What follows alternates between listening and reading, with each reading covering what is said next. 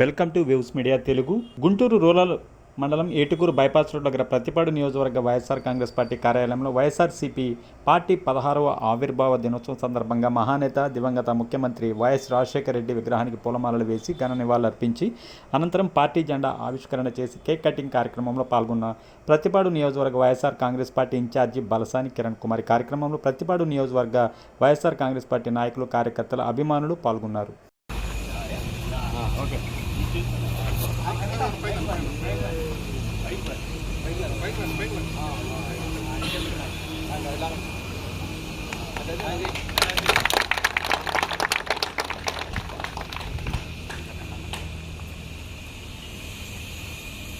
వర్ధిల్లాలి YS party, వర్ధిల్లాలి YSR Congress party, వర్ధిల్లాలి వైఎస్ఆర్ కాంగ్రెస్ పార్టీ. జై జగన్, జై జగన్, జై జగన్, వైఎస్ఆర్ కాంగ్రెస్ పార్టీ. జై జగన్, వర్ధిల్లాలి బలసాని కిరణ్ గారి నాయకత్వం, వర్ధిల్లాలి బలసాని గారి నాయకత్వం, వర్ధిల్లాలి వైఎస్ఆర్ కాంగ్రెస్ పార్టీ. ముందుగా ప్రతిపాడు నియోజకవర్గ వైఎస్ఆర్సీపీ కార్యకర్తలకు, నాయకులకు, అలాగే ముఖ్య నాయకులకి, ఎవరైతే వైఎస్ఆర్ కాంగ్రెస్ పార్టీ కోసం కష్టపడ్డారో ఆర్టీసీలు గత 16 సంవత్సరాలుగా వాళ్ళందరికీ కూడాను ఈరోజు వైఎస్ఆర్ కాంగ్రెస్ పార్టీ 16వ వార్షికోత్సవ శుభాకాంక్షలు తెలియజేసుకుంటున్నాను.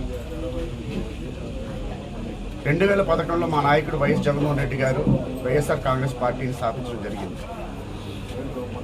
అప్పటి నుంచి కూడా మా నాయకుడు ఒంటరిగానే ఈ యొక్క ఎవరైతే శత్రువులు ఉన్నారో, అదే కుటుంబ ప్రభుత్వం అవ్వచ్చు, లేదంటే మిగతా ఎవరైతే ఉన్నారో ఒంటరిగా పోరాటం చేస్తూనే వచ్చారు.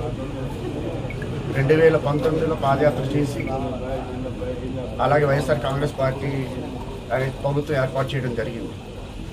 అక్కడి నుంచి దగ్గర 5 సంవత్సరాల్లో 2 సంవత్సరాలు కోవిడ్కి పోయిన, కరోనా వల్ల 2 సంవత్సరాలు ఇబ్బందులు పడినా సరే మా ప్రభుత్వం ఏదైతే అప్పుడు మాట ఇచ్చిందో ఆ మాట ప్రకారం ఆ వెల్ఫేర్ స్కీమ్స్ విషయంలో కానీ, పేదల విషయంలో కానీ, చదువుల విషయంలో కానీ, ఆరోగ్య విషయంలో కానీ ఏదైనా సరే ఎక్కడ కూడా వెనకం చేయకుండా ఇచ్చిన మాట నిలబడిన ఏకైక నాయకుడు మా వైఎస్ జగన్మోహన్ రెడ్డి గారు.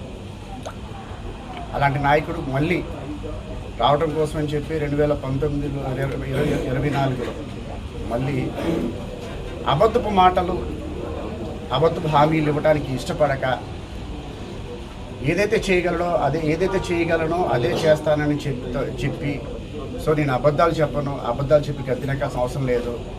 చంద్రబాబు నాయుడు ఈ అబద్ధాలు చెప్తున్నాడు, అవన్నీ పూటపు హామీలు అని చెప్పి అనగా సరే జనం నమ్మల. ఈరోజు ఈ కూటమి ప్రభుత్వం యొక్క దొంగ హామీలని జనాలు ఎవరైతే ఉన్నారో, పబ్లిక్ ఎవరైతే కూటమి ప్రభుత్వానికి ఓటేశారో వాళ్ళందరూ కూడాను ఎన్నో ఇబ్బందులు ఎదుర్కొంటున్నారు. అరే మోసపోయాం, ఈరోజు కూటమి ప్రభుత్వానికి ఓటేశారు దొంగ మాటలకు అని చెప్పేసి. 2 సంవత్సరాలు గడుస్తుంది. దగ్గర 24 నుంచి ఏదైతే కూటమి ప్రభుత్వం గవర్నమెంట్ ఫామ్ చేసిందో 2 సంవత్సరాలు గడిచింది. ఈ 2 సంవత్సరాల కాలంలో తీవ్ర వ్యతిరేకత అనేది ప్రతి ఒక్క దగ్గర వచ్చింది. అంటే ప్రతి పల్లెలోనూ, గ్రామంలో మనం అనుకుంటాం రూరల్ ఒక్కటే అని అనుకుంటాం, లేదనుకుంటే అర్బన్స్లో లేదని అనుకుంటాం. అలా లేదు, ప్రతి పల్లెలో ఉంది, అర్బన్లో ఉంది, ప్రతి చోట ఉంది. ఎందుకంటే ఏదైతే సిటీ డెవలప్ చేసేస్తామో, లేదంటే రాజధాని బాగా డెవలప్ చేసేస్తామని చెప్పేసి ఎవరైతే అనుకున్నారో దానివల్ల కూడా 33,000 ఎకరాలు సేకరించిన తర్వాత మళ్ళీ 40,000 ఎకరాలు సేకరించడానికి మళ్ళీ ముందుకెళ్ళారు తప్ప ఈ యొక్క 33,000 ఎకరాలని పూర్తిగా డెవలప్ చేసిన దాఖలాలు లేవు. అంటే ఈ కూటమి ప్రభుత్వం ఓటేసిన వాళ్ళు కానీ ఎవరైనా కానీ ప్రభుత్వం ప్రజలందరూ కూడా దీన్ని బాగా గమనిస్తున్నారు. ఇప్పుడు ఎన్నికలు పెట్టినా సరే మళ్ళీ వైఎస్ఆర్ కాంగ్రెస్ పార్టీని గెలిపించడానికి అందరూ సిద్ధంగా ఉన్నారు. ప్రజలందరూ కూడాను, అంటే ప్రతి మీడియాలో అవ్వచ్చు, లేదంటే పేపర్లో అవ్వచ్చు, ప్రతి చోట కూడా ఇదే. ఎందుకంటే ఒక వెల్ఫేర్ స్కీమ్ సరిగ్గా లేదు, ఏదైతే పథకాలు ఇస్తారన్నారో అది సరిగ్గా లేదు. అసలు బళ్ళు అయితే మేము ఏదైతే ఆ రోజు నాడు నేడు పథకం కింద మేమైతే స్కూల్స్ చేశామో అలాంటి స్కూల్స్ పరిస్థితి ఈరోజు అధ్వానంగా తయారైపోయింది. మరీ ముఖ్యంగా చెప్పాలనుకుంటే ఆరోగ్యం గురించి చెప్పాలంటే మేము దగ్గర 1000కి పైగా ఏదైతే ఆరోగ్యశ్రీ ద్వారా లబ్ధి పొందేటువంటి ఏదైతే ఉందో అవన్నీ కూడా ఈరోజు ఆరోగ్యశ్రీ ద్వారా పేద ప్రజలకు అందకోకుండా చాలా ఇబ్బందులు పడుతున్నారు. ఇంకో విషయం ఏంటి, ఆ రోజుల్లో మళ్ళీ మెడికల్ కాలేజీలు ప్రైవేట్ కన్నా అంశం కూడా చాలా విషయం అయింది. పేద ప్రజలు ఎవరైతే మెడికల్ విద్యాభ్యాసాన్ని ఎవరైతే చదవాలనుకుంటున్నారో వాళ్ళందరికీ కూడా చదువుకోవడానికి కూడాను ఇబ్బందులు పడేటువంటి పరిస్థితులు ఏదైతే అంటే ఈ యొక్క ప్రభుత్వం ఓన్లీ నిన్న ఒక కార్యక్రమంలో ఎవరు అంటున్నారు ఈ యొక్క ప్రభుత్వం ఓన్లీ అక్కడ రాజధానిలో ఉన్నటువంటి ప్రభుత్వం అందరికీ ధనవంతులకే తప్ప రాజధాని అనేది ఒక ధనవంతుల కోసం చేయడం ఏర్పడినటువంటి ఒక కూటమి ప్రభుత్వం ఏర్పడడం తప్ప ఇది పేద ప్రజలకు ఉపయోగపడే ప్రభుత్వం కానే కాదు.